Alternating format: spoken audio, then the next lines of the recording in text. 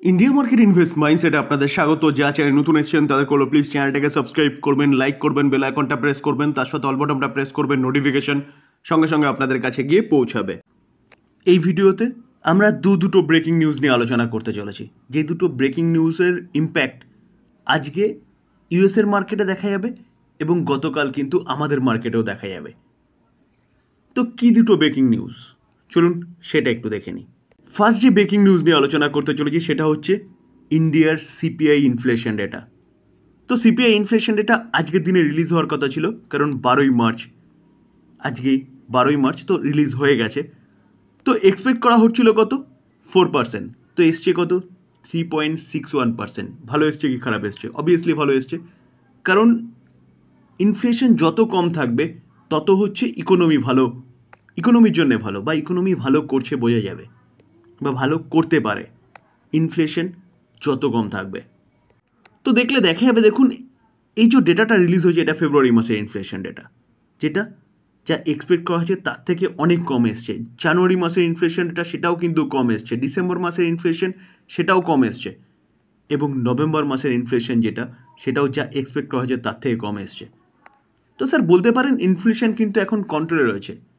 আরবিআইয়ের অনুযায়ী আমাদের tolerance level কত, 4 থেকে 6%, তো তার মধ্যেই কিন্তু রয়েছে, তার নিচে চলে এসছে বলতে পারেন। তো এই ইনফ্লেশনের মধ্যে রুরাল এলাকার যদি আমরা ইনফ্লেশন দেখি 4.64% ছিল, সেখান থেকে 3.79% এসছে, এবং আরবান এলাকায় দেখলে দেখা যাবে সেই ইনফ্লেশন 3.87 ছিল, সেখান থেকে 3.32 এসছে। তার মধ্যে ভেজিটেবল ইনফ্লেশন সেটা কিন্তু সবচেয়ে বেশি থাকে, এবং যে সেটা যা আগে ছিল কত 11.35, সেখান থেকে 1.07 মাইনাস হয়েছে, ড্রপ হয়েছে। তো বলতে পারেন যে ইনফ্লেশন সেটা কিন্তু এই ভেজিটেবল ইনফ্লেশন এটা সবসময় হাই থাকে, সেটাও কিন্তু কন্ট্রোলে আছে। তো স্যার ইনফ্লেশন কন্ট্রোল থাকা মানে তাহলে আমরা এক্সপেক্ট করতে পারি যে এপ্রিল মাসে যে এমপিসির বৈঠক হওয়ার কথা ছিল সেই এমপিসিতে কিন্তু আরবিআই আবারও রেট কাট করতে পারে।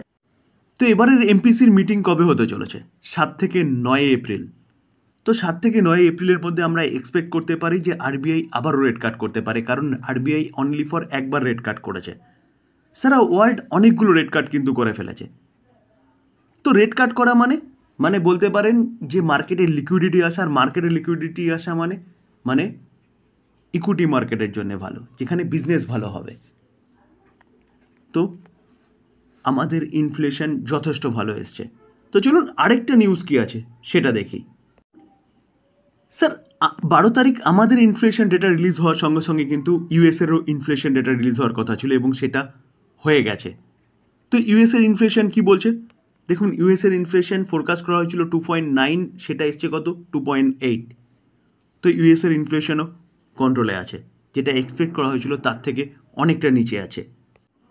দেখুন দেখলে দেখা যাবে প্রিভিয়াস ডেটাগুলো, যেখানে জানুয়ারি মাসের ডেটা দেখলে দেখা যাবে যে জানুয়ারি মাসের যে ইনফ্লেশন ডেটা ফেব্রুয়ারি মাসে বেরিয়েছে, যেটা যা এক্সপেক্ট করা হয়েছিল তার থেকে বেশি এসছে।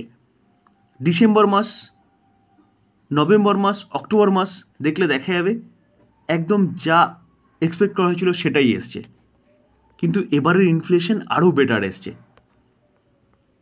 দেখুন একদিক দিয়ে ইনফ্লেশন কন্ট্রোলে আছে মানে সেখানের ইকোনমি বুস্ট করবে, সেখানের মার্কেট, সেখানের বিজনেস ভালো হবে, সেখানের ফাইন্যান্সিয়াল বলতে পারেন সাপোর্ট পাবে, ফেড রেট কাটের দিকে এগোতে পারবে। কিন্তু এই যে ইনফ্লেশন কন্ট্রোলে আসে না, সেটা হচ্ছে সারা ওয়ার্ল্ডের জন্য খারাপ। কেন? কারণ ডোনাল্ড ট্রাম্প কী করছে, ডোনাল্ড ট্রাম্প ট্যারিফ যুদ্ধ খেলছে। তো ইনফ্লেশন এক্সপেক্ট করা হয়েছিল যে কি বেশি আসতে পারে। কেন আসতে পারে? কারণ অলরেডি তারা মেক্সিকোর ওপর ট্যারিফ আরোপ করেছে, তো মেক্সিকো তাদের ওপর ট্যারিফ আরোপ করেছে, অর্থাৎ ইউএসের ওপর ট্যারিফ আরোপ করেছে, যদিও বা এটা কার্যকরী হয়েছে এই মাস থেকে, অর্থাৎ মার্চ থেকে। তো এই কন্ট্রোলে আসা মানে, ইনফ্লেশন কন্ট্রোলে আসা মানে বলতে পারেন যে ডোনাল্ড ট্রাম্পের হাতকে আরও প্রশস্ত করে দেওয়া, যেখানে তিনি যা ট্যারিফের কথা বলছেন সেটাই কিন্তু আরোপ করবেন। এখন দেখার বিষয় যে মার্কেট কীভাবে নেয় এই ইনফ্লেশনটাকে, যেখানে ইউএসের ইনফ্লেশন কন্ট্রোলে এসছে, যথেষ্ট ভালো করেছে বলতে পারেন। এখন দেখার বিষয় যে ডোনাল্ড ট্রাম্প কি বলেন এবং সেই বলাটাকে মার্কেট কীভাবে রিয়্যাক্ট করে। স্যার ইউএসের মার্কেট এখনও ওপেন হয়নি, তো স্যার এখন কি আছে, এখন ডাউয়ের ফিউচার ওপেন আছে। তো ফিউচার দেখলে দেখা যাবে ফিউচার কিন্তু পজিটিভ রিয়্যাক্ট করছে, অর্থাৎ পজিটিভ চলছে। তো বলতে পারেন এই ডেটাটাকে কিন্তু ইউএসের মার্কেট পজিটিভলি নিয়েছে।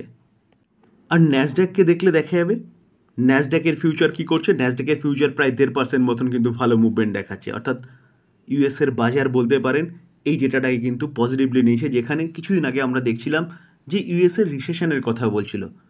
তো ইনফ্লেশন কন্ট্রোলে এসছে মানে অবভিয়াসলি ইউএসের ইকোনমি ভালো করবে, তো তার জন্যে কিন্তু ইউএসের মার্কেট সেলিব্রেট করছে এই ডেটাটাকে। যেখানে জার্মানির মার্কেট দেখলে দেখা যাবে সেটাও পজিটিভ চলছে, ইউকের মার্কেট পজিটিভ চলছে, ফ্রান্সের মার্কেট পজিটিভ চলছে, আদার্স যে মেজর মার্কেটগুলো রয়েছে তারাও কিন্তু পজিটিভ চলছে। তাহলে বলতে পারেন যে ওয়ার্ল্ড মার্কেট এই ডেটাটাকে পজিটিভলি নিয়েছে। এখন দেখার বিষয় যে ডোনাল্ড ট্রাম্প আবার উল্টোপাল্টা কিছু বলে নাকি, যদি বলে তাহলে এই পজিটিভটা কিন্তু আবার নেগেটিভে চলে যাবে। তো কালকে আমাদের মার্কেট ওপেন আছে, আর পরশুদিন মার্কেট কিন্তু বন্ধ থাকবে ফ্রাইডেতে। কেন? হোলি উপলক্ষে। তো তারপরে আমরা দেখব যে কালকে আমাদের মার্কেট কীরকমভাবে রিয়্যাক্ট করছে এই দুটো ডেটার ওপর। অবভিয়াসলি দুটো ডেটাই যথেষ্ট ভালো এসছে। তো এই ছিল আলোচনা। যদি আলোচনা ভালো লাগে, যা চাই নতুন এসছেন তাদের করলো প্লিজ চ্যানেলটাকে সাবস্ক্রাইব করবেন, লাইক করবেন, বেল আইকনটা প্রেস করবেন, তার সাথে অল বাটনটা প্রেস করবেন, নোটিফিকেশন সঙ্গে সঙ্গে আপনাদের কাছে গিয়ে পৌঁছাবে। থ্যাংক ইউ, ভালো থাকবেন।